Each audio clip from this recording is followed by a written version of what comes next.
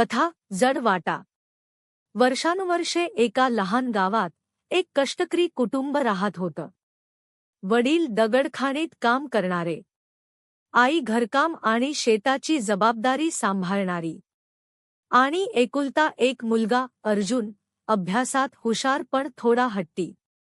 वडिलांना वाटायचं मुलानं मोठं होऊन त्यांच्या कष्टातून सुटका करावी. आई मात्र नेहमी सांगायची, आपलं मुलं सुखी असावं एवढंच आपल्याला हवं आहे. अर्जुन मोठा होत होता, पण वडिलांच्या शिस्तीने त्याला कधी कधी त्रास व्हायचा. ते नेहमी म्हणायचे, आमच्यासारखं आयुष्य तुला नको. शिक, मोठं हो. पण अर्जुनला वाटायचं की वडील फक्त कठोर आहेत, त्यांचं प्रेम त्याला कधी जाणवलं नव्हतं. एके दिवशी वडिलांना काम करताना गंभीर दुखापत झाली.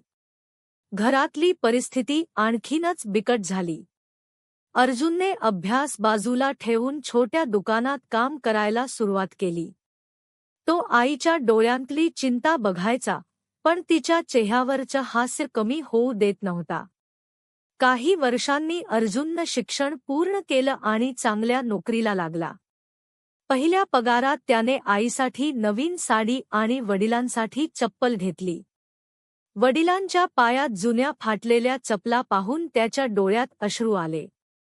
त्या दिवशी त्यानं वडिलांच्या पायांना हात लावून माफी मागितली.